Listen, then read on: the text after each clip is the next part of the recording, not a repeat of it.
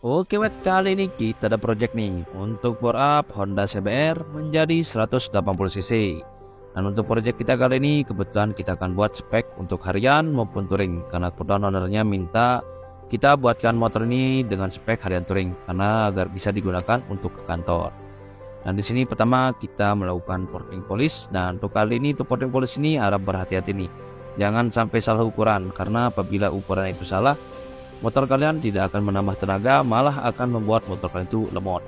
Karena apabila salah perhitungan porting polish yang tidak disesuaikan dengan kebutuhan atau spek yang dibuat. Dan ini dia nih untuk hasilnya.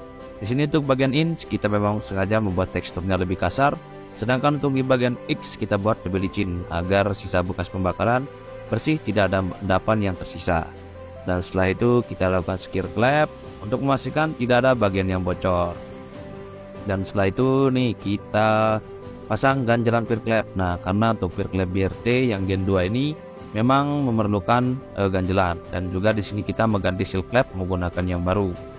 Dan setelah itu kita pasang nih untuk bagian peer clapnya. Dan untuk bagian peer clap BRT ini memang yang untuk Gen 2 nih sudah termasuk ganjalannya. Jadi peer clapnya sudah PNP, tidak perlu membuat ganjal-ganjalan. Dan setelah itu ini dia nih kita pasang untuk bagian piston. Karena pistonnya ini memang sudah kita bubut coak menggunakan kompresi di 11,5 agar bahan bakar masih bisa menggunakan Pertamax, dan juga apabila kondisinya memang Pertamax lagi kosong bisa menggunakan Pertalite. Dan jangan lupa pasang packing block. Nah, di sini packing-packingnya sudah termasuk dalam paket murah ini, jadi semuanya sudah lengkap, tinggal dipasang dan tidak perlu menambahkan lem. Nah, di sini kita pasang bloknya nih. Di sini menggunakan blok keramik yang berukuran 63 mili dengan kompresnya sudah diatur di 11,5. Nah, setelah pemasangan di sini kita juga nih pasang lidah tensioner, jangan sampai lupa untuk bagian lidah tensioner ini.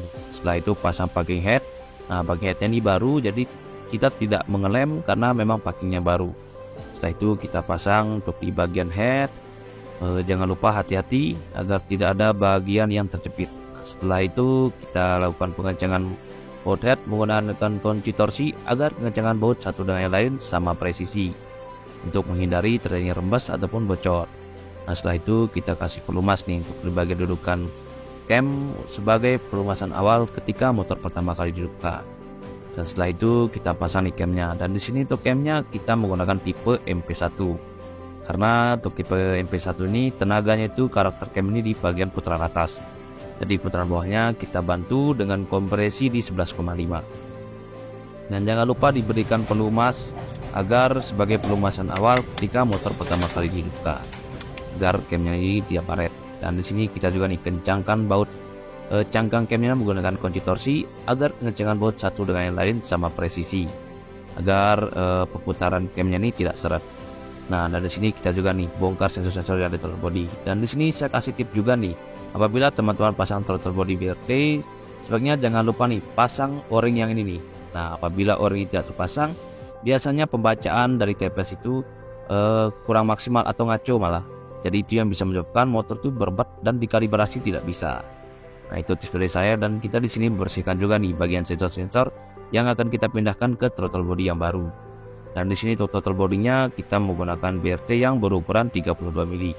Dan untuk di injektor juga kita menggunakan injektor BRT yang berukuran 180 cc. Karena kebetulan motor ini menggunakan paket board up yang 180 cc yang kita sesuaikan untuk kebutuhan, yaitu untuk harian dan touring. Nah, ini proses pemasangan injektor dan juga throttle body.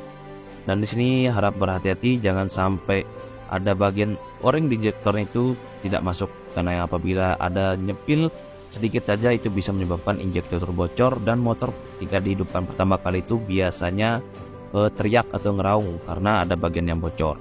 Setelah itu kita pasang knalpot dan itu sudah kita pasang, dan setelah itu kita lakukan indrayan nih. Nah, di sini kita indrayannya di ruangan dyno.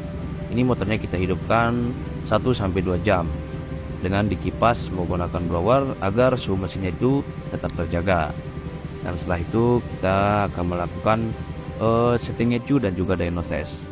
Tapi di sini nih, untuk motornya kita lakukan indrayan agar ketika di dyno test itu untuk menghindari terjadinya macet. Tapi sebenarnya blok BRT ini sudah bisa langsung dikeber, tapi di sini kita memang mensiasati dengan melakukan Indrayan. Nah ini jadi motornya sudah selesai, kita setting itu dan juga dyno. Dan sekarang saya akan kasih tekstur ya.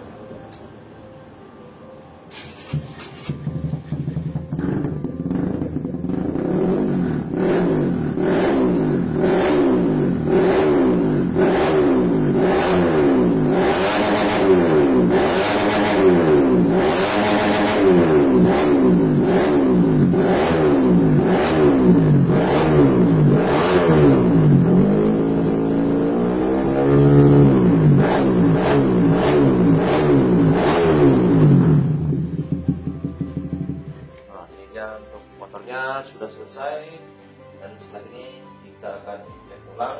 Setelah itu kita akan infokan ke orang. Dan untuk hasil dynonya bisa kita lihat sekarang nih. Ini dia nih, untuk hasil dynonya bisa dilihat nih. Di sini perbandingan dari standar dan juga yang sudah murah. Sama di sini untuk grafik merah ini adalah grafik ketika motor ini masih standar, dan grafik biru ini adalah ketika motor ini sudah murah. Jadi di sini kita mendapatkan di 21,59 horsepower dengan peak power di 10.000, dengan torsi di 15,12 Nm dengan peak torsi di 8.012. Nah ini dia nih perbandingannya, yang standarnya itu di 16,66 menjadi 21,59. Untuk perbandingan horsepowernya. Untuk grafiknya bisa dilihat di sini nih, perbedaan antara grafik standar dan juga murah. Dan ini dia nih setelah kita lakukan dyno test dan juga penyetingan ECU, ini dia untuk motornya sudah selesai, dan tinggal kita informasikan ke orangnya bahwa motornya sudah selesai. Oke semoga video ini bisa menjadi referensi kalian untuk melakukan bore up atau modifikasi pada motor kesayangan kalian, dan juga pemilihan bagian bore up. Dan semoga video bermanfaat, dan terima kasih.